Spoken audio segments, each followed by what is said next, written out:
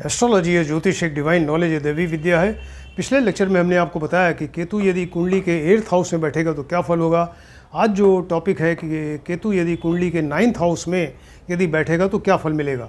इसके लिए केतु के कारकत्व तो आपको मालूम होने चाहिए, सिग्निफिकेशंस क्या क्या हैं, यानी केतु से आप व्यक्ति के बारे में क्या क्या मालूम कर सकते हैं। सेकंड नंबर, ये 9th हाउस में बैठे हैं तो 9th हाउस के कारकत्व यानी 9th हाउस से आप व्यक्ति के बारे में क्या क्या जान सकते हैं। और फिर ये केतु के साथ यदि कोई ग्रह बैठा है कंजंक्शन या किसी ग्रह की दृष्टि है एस्पेक्ट, उसको भी देखिए। और फिर यहाँ केतु का बल कितना है, स्ट्रेंथ कितनी है, कितने डिग्री का केतु है, ये देखना ज़रूरी है। और फिर यहाँ केतु किस नंबर की राशि में बैठे हैं उसको देखिए। और जब केतु यहाँ 9th हाउस में बैठते हैं तो कुछ योग बनते हैं, उन योगों के बारे में भी आपको बताएंगे। क्लियर। तो सबसे पहले देखते हैं कि केतु के कारकत्व यानी सिग्निफिकेशंस क्या क्या हैं। तो केतु जो है वो मोक्ष का कारक है, यानी व्यक्ति को मोक्ष, लिबरेशन, साल्वेशन दिला सकता है। ऑकल्ट साइंस का ये कारक है, यानी ज्योतिष है, तंत्र मंत्र है, हीलिंग है, साइकोलॉजी, इन सब चीज़ों में या रिसर्च, उसमें भी ये जो है इसका योगदान रहता है, यानी केतु जो है उसका कारक है। इसके अलावा ये आध्यात्म का कारक है, यानी स्पिरिचुअलिटी का कारक है, ब्रह्म ज्ञान व्यक्ति को दिला सकता है। और इसके अलावा मौन व्रत जो वाउ ऑफ साइलेंस है उसका कारक केतु है। और वैराग्य यानी एसेटिसिज्म जो है वो इसके लिए केतु को देखते हैं। और यदि कोई व्यक्ति जेल में है, इम्प्रिजनमेंट है उसका, तो उसको बेल मिलेगी यानी जमानत मिलेगी कि नहीं मिलेगी, इसके लिए केतु को देखा जाता है। इसके अलावा जो मैजिक है, जादू टोना वरा, उसके लिए भी केतु को देखा जाता है। और इसके अलावा शरीर की जो स्किन है, त्वचा है, ब्लड है, एनस यानी गुदा है, रिप्रोडक्टिव सिस्टम है, इन सब चीज़ों का कारक जो है केतु है। इतनी सारी इन्फॉर्मेशन आपको केतु से मिल सकती है। अब देखते हैं कि केतु यहाँ 9th हाउस में बैठे हैं। 9th हाउस से आप क्या क्या चीज़ें मालूम कर सकते हैं।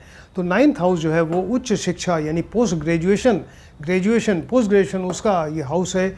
और इसके अलावा ये भाग्य का घर है, धर्म का घर है, व्यक्ति कितना रिलीजियस होगा, भाग्य उसका साथ देगा कि नहीं देगा, तमाम चीज़ें। इसके अलावा फादर का घर है, फादर की हेल्थ कैसी है, फादर से कितना सपोर्ट है व्यक्ति को, ये देखते हैं।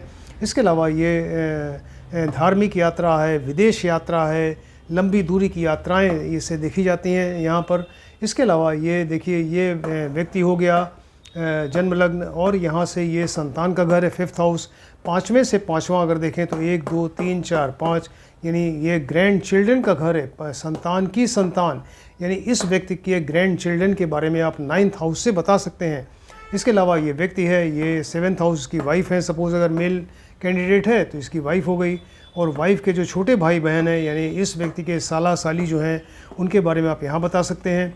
इसके अलावा ये जन्म लग्न है, व्यक्ति है, यहाँ से 3rd हाउस इसका छोटे भाई बहन है। छोटे भाई की अगर वाइफ के बारे में आपको बताना है, प्रेडिक्ट करना है, तो यहाँ से 7th या 3rd हाउस से 7th जो है यहाँ पर छोटे भाई की वाइफ के बारे में आप बता सकते हैं। क्लियर। इतनी इन्फॉर्मेशन आप दे सकते हैं। इसके अलावा 9th हाउस जो है वो सूर्य और बृहस्पति इसके कारक ग्रह हैं, केयर टेकर हैं या सिग्निफिकेटर हैं। क्लियर। Surya and Brihaspati. अब देखते हैं कि केतु यहाँ किस नंबर की राशि में बैठे हैं। केतु सपोज़ अपनी उच्च राशि जो इनकी है वृश्चिक राशि या धनु राशि है, या इनके मित्र की राशि है शुक्र, शनि और बुध की राशियाँ, यानी वृषभ, तुला, मकर, कुंभ, मिथुन और कन्या। अगर इन राशियों में बैठेगा तो डेफिनेटली बढ़िया फल करेगा।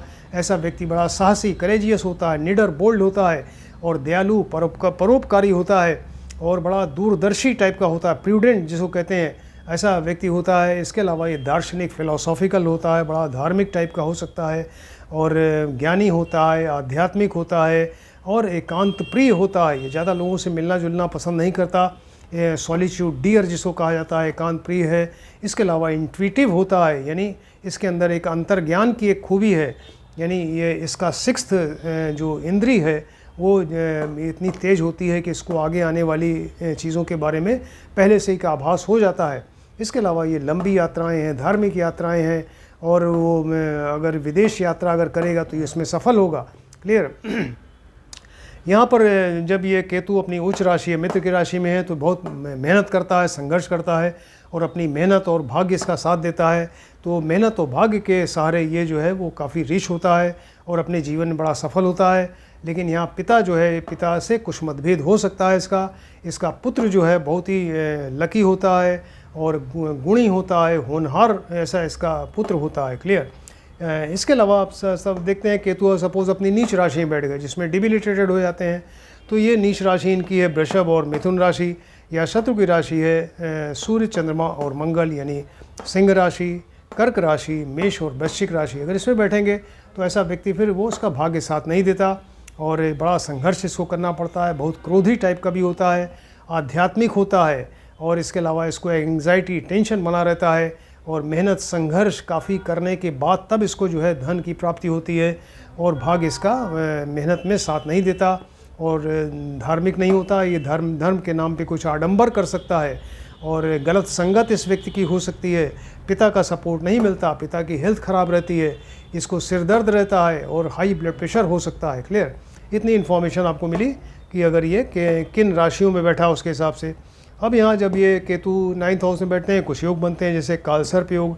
कालसर्प योग जो है वो राहु केतु के बीच में सारे ग्रह आ जाएं तो कालसर्प योग बनता है, यानी केतु यहाँ बैठे हैं, इसके ठीक सामने यहाँ 3rd हाउस में यहाँ पर बैठ जाएंगे राहु, तो राहु और केतु के बीच में सारे ग्रह आ जाएं, ऑल प्लैनेट्स यानी सूर्य से लेकर शनि तक, चाहे इस साइड में हो चाहे इस साइड में हो, तो वो कालसर्प योग बनता है। कालसर्प योग बने में क्या होगा, इसकी शिक्षा का घर है, हायर एजुकेशन का, तो शिक्षा में इसके ऑब्स्टेकल्स आएंगी, विघ्न बाधा आएंगी, और इसके अलावा बड़ा संघर्ष इसको करना पड़ता है। संघर्ष करने के बाद ही जो है इसका भाग्य जागृत होता है और इसको धन की प्राप्ति होती है।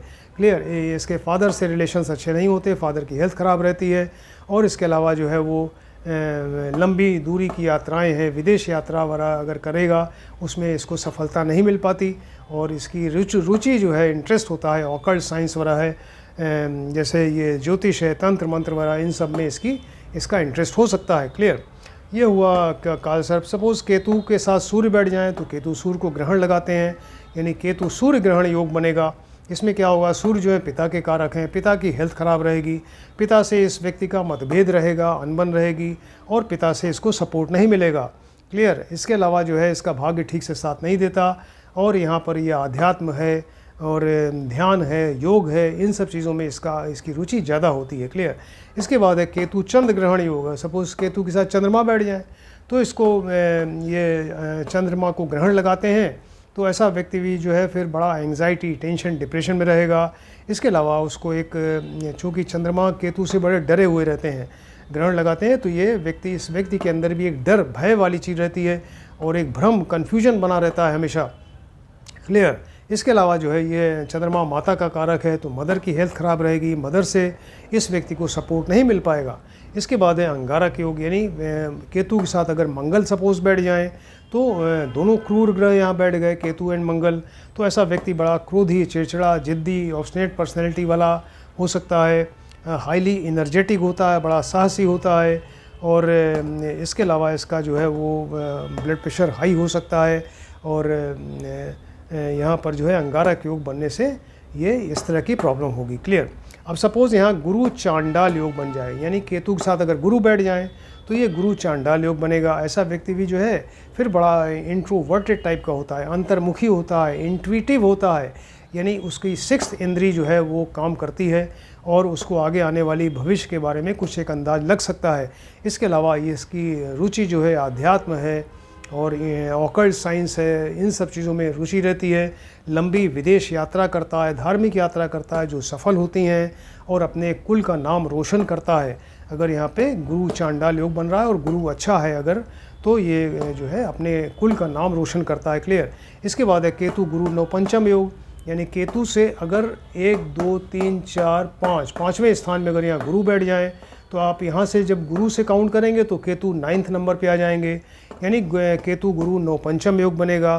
तो इससे क्या होगा, ऐसा व्यक्ति जो है फिर बड़ा जो है वो शिक्षा ज्ञान उसका बहुत ज़्यादा होता है, बड़ा ज्ञानी होता है, हाईली एजुकेटेड होता है, इंटेलिजेंट होता है, और इसके अलावा इसका भाग्य साथ देता है, और इसका मान सम्मान बहुत बढ़िया होता है, लेकिन पिता से मतभेद हो सकता है। क्लियर, इसके बाद है केतु शुक्र योग। सपोज़ केतु के साथ शुक्र बैठ जाए तो शुक्र क्या है, लग्जरी देने वाले, भोग विलास वाले ग्रह हैं, लव है, रोमांस है, इसके अलावा विवाह का कारक है, और केतु जो है ये इन सब चीज़ों से डिटैच कराता है, अलग करवाता है, और ये आध्यात्म का कारक है। तो दोनों कंट्रोवर्शियल यहाँ पर प्लैनेट्स इकट्ठे हो गए, दोनों में खींचतान मची रहती है, अब ये केतु और शुक्र में कौन ज़्यादा स्ट्रांग है उस पर डिपेंड करता है।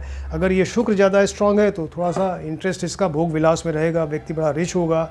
और अगर केतु ज़्यादा स्ट्रांग है तो व्यक्ति के अंदर एक आध्यात्म वाली चीज़ है, आध्यात्मिक यानी स्पिरिचुअल पावर होगी। इसके अलावा दार्शनिक होगा, यानी फिलोसॉफिकल होगा, ऑकल्ट साइंस में इसकी रुचि होगी, और माया मोह ममता से दूर ये वैराग्य ले सकता है। तो इतनी सारी इन्फॉर्मेशन आपको दिया कि केतु यदि यहाँ कुंडली के 9th हाउस में बैठेंगे तो क्या फल मिलेगा।